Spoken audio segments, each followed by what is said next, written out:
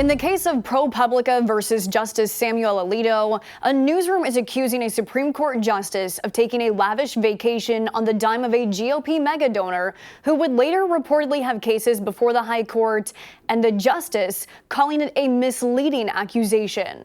ProPublica, a nonprofit news organization that styles itself as an outlet for investigative journalism, released a report on what they called a luxury fishing vacation taken back in 2008 by Justice Alito, who never reported the trip on his annual financial disclosures.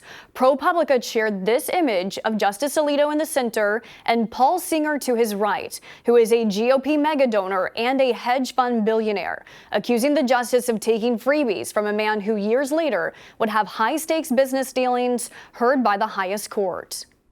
Here's what was in ProPublica's report, which the justice himself would respond to.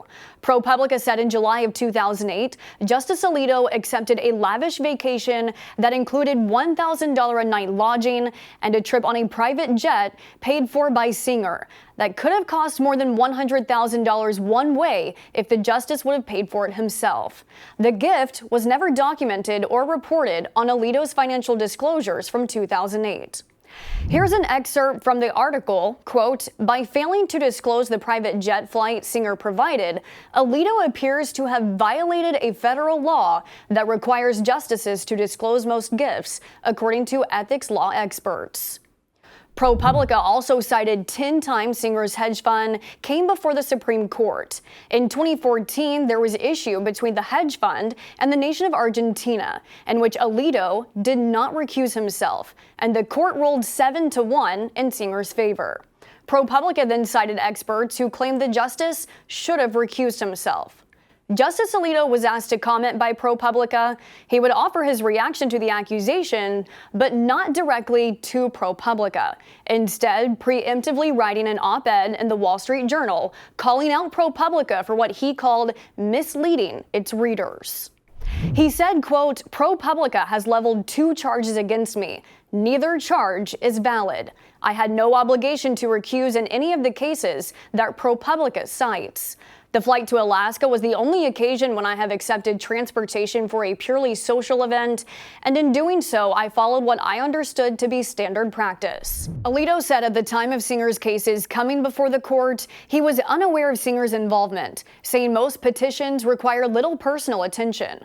Alito also cited rules for completing financial disclosures, explaining accommodations and transportation for social events were not reportable gifts given the rules language. He also called ProPublica's portrayal of a lavish fishing trip from 15 years ago misleading. This story is getting a lot of coverage across the media landscape, but most coverage of the accusations is coming from left-leaning outlets reporting on ProPublica's ethical questioning of Justice Alito. And while major right-leaning outlets like Fox News are covering the story, other right-leaning outlets have so far left the allegations against the justice out of their coverage.